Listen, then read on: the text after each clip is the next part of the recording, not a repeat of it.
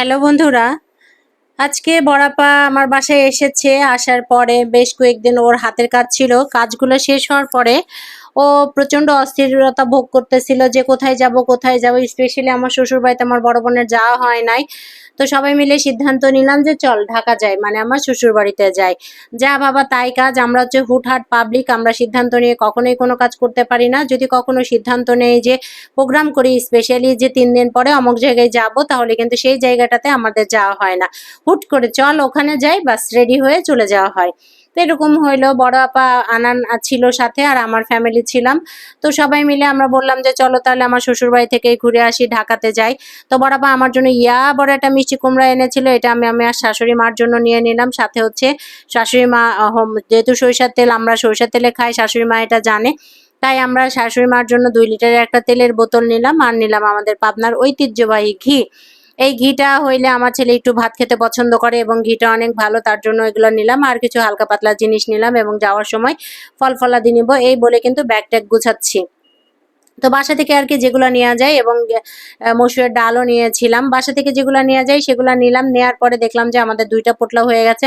আয়নের বাবা আসলে এই ব্যাগগুলো একদমই টানতে চায় না, ও খুবই বিরক্ত হয়। ইভেন তো আমি যখন পাবনা থেকে আসি, বাবার বাড়ি থেকে যখন ঢাকাতে আসি, তখনও কিন্তু ও কোনো ব্যাগ টানতে চায় না। ও আমার সাথে থাকলে হচ্ছে লস, আমি কোনো জিনিস আনতে পারি না। কিন্তু আমি একা গেলে আমি অনেক জিনিস ব্যাগ ভরে বাজার সদাই অনেক কিছু আনতে পারি।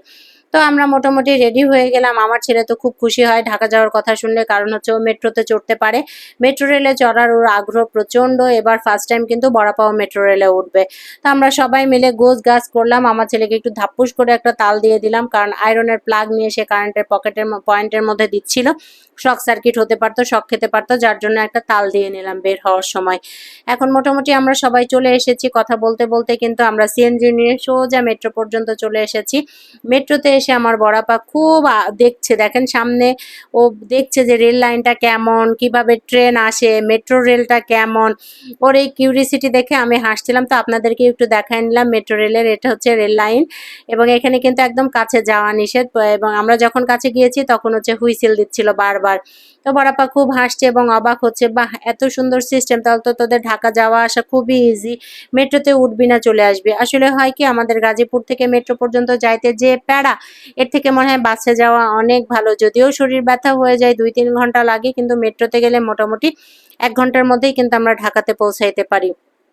আমরা ফার্স্টে চেয়েছিলাম শাশুড়ি মাকে কিন্তু জানাবো না যে আমরা ঢাকা আসতেছি, কিন্তু তারপরেও আসলে জানিয়ে দিলাম, কারণ ওনারও তো প্রিপারেশনের একটা ব্যাপার আছে। যেহেতু বরপা আনানকে নিয়ে ফার্স্ট টাইম যাচ্ছে, আর শাশুড়ি মাকেও গেলে প্রচণ্ড খুশি হয় এবং এত আপ্যায়ন করে যে সহজে আসতেও দিতে চায় না।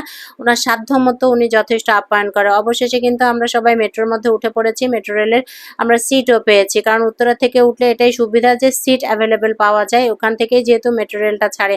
বড়পা অবাক হচ্ছে, এত সুন্দর সিস্টেম, এত ভালো, আমার তো ভীষণ ভালো লাগছে। মানে সে তার ছেলে আফিফকে খুব মিস করতেছিল, আহারে আমার বেটাটা আসলে কত ভালো হতো। তো আমরা নানান ধরনের গল্প করতে করতে কিন্তু ঢাকা ভার্সিটিতে নেমে গেছি। আমার শ্বশুর বাড়িতে আসতে হলে ঢাকা ভার্সিটিতে নামতে হয়।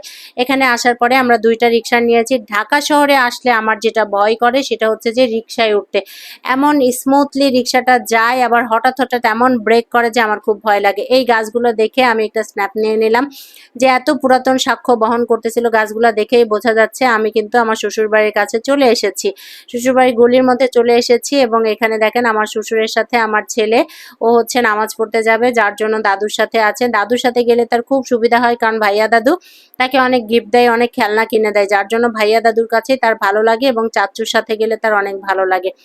তো সবাই যেহেতু শুক্রবারের দিন সবাই নামাজ পড়তে যাবে, এদিকে কিন্তু শাশুড়ি অনেক রান্না বান্না করতেছে। আমাকে বাসায় গেলে কোনো কাজই করতে দেয় না, আমি একদম ঘরের মেয়ে হয়ে থাকি, যার জন্য আমি হচ্ছে বসে বড়াপার সাথে গল্প করতেছি আমাদের রুমে, আর শাশুড়ি মা এদিকে রান্না বান্না করছে। আমি রান্নাঘরে এসেছি দেখে তিনি চিৎকার করতেছেন, কেন তুমি রান্নাঘরে এসেছো। বেসিক্যালি তিনি আমাকে বউ না মেয়ের চোখে দেখেন, যার জন্যই এই রাগগুলো করে থাকেন। তা আমার কাছে এটা ভালো লাগে না। আমিও চাই যে মায়ের হাতে পাতে কিছু কাজ করে দিতে, কিন্তু না, মা এটা পছন্দই করে না। তো আজকে এই পর্যন্তই। আমার শ্বশুর বাড়িতে আমার বড় বোন কি করলো, কিভাবে খাওয়া দাওয়া করলো, কেমন ঘুরলো, সবকিছু আরেকটা ভিডিওতে আপনাদের সাথে শেয়ার করব। সবাই ভালো থাকবেন। Thank you for watching. By.